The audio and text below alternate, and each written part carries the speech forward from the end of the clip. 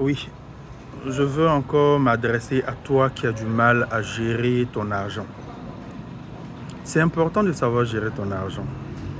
Parce que ce que tu gagnes, si tu n'arrives pas à le gérer, ne pense pas que ce que quelqu'un va te donner, tu pourras gérer. Écoute-moi très bien. La question m'a été posée à savoir qu'est-ce qu'on peut bien faire pour gérer son argent. Il existe plusieurs méthodes et je vais partager une règle que moi personnellement j'applique régulièrement et jusque-là j'arrive à avoir gain de cause. La première chose, c'est que je ne fais rien qui n'est pas budgétisé. Et s'il y a quelque chose que les gens aiment bien négliger, c'est de faire des budgets. Les gens dépensent parce qu'il faut dépenser. Il n'y a aucune organisation, il n'y a pas de budget. Je gagne de l'argent, je le dépense jusqu'à ce que ça finisse. Et quand je dépense, ce qu'il y a restant, c'est en ce moment que je pense à constituer une épargne. Donc, je te conseille à partir d'aujourd'hui, apprends à budgétiser. Tu dois avoir un budget et tu vis avec ton budget. Tu exécutes ton budget au fait. Tu fais un budget prévisionnel. Et après, maintenant, quand tu as des entrées, maintenant, tu fais le budget réel parce que voilà, l'argent est là maintenant.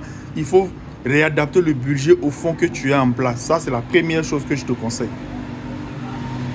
La deuxième chose que je fais et que ça marche très bien, c'est la règle d'or de 50, 30, 20.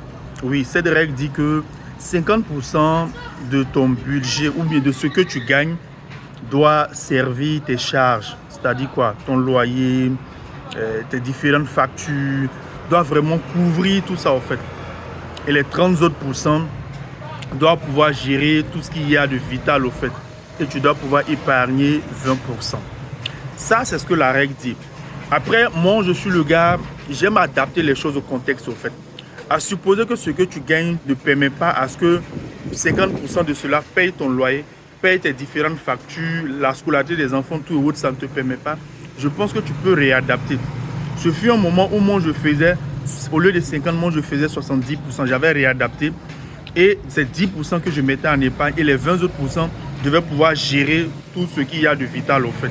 Ok, tels que des vêtements, s'il y a des choses qu'il faut réparer, tout et autres. Donc, ce sont ces deux méthodes que moi j'utilise. Un, je fais un budget, je ne dépense pas sans avoir budgétisé. Ça, j'ai totalement arrêté ça. Et ça m'a permis de contrôler, de savoir combien je gagne et combien sort. Donc, j'ai une idée de ce qu'il y a comme flux au fait. Et je maîtrise mieux mes dépenses. La deuxième chose, j'applique la règle de 50, 30, 20. Je te conseille ça et tu verras que tu auras une meilleure gestion de ce que tu gagnes. Ça, il faut que tu saches gérer déjà ce que tu gagnes. Mais quand je dis ça, souvent, je demande à quelqu'un, mais toi, tu es salarié, ok? Donc, ta seule et principale source d'entrée d'argent, c'est ton salaire, au fait. Donc, ça veut dire que ce n'est pas évident que tu gagnes subitement de l'argent comme ça, sauf un legs ou bien, voilà, un héritage. Mais ce n'est pas évident. Ce n'est que ton salaire. Maintenant, si tu n'apprends pas à gérer et tu dis non, le jour où je vais avoir, tu vas avoir où, au fait? Trouve des méthodes. Ce que j'ai dit, c'est ce que moi j'applique.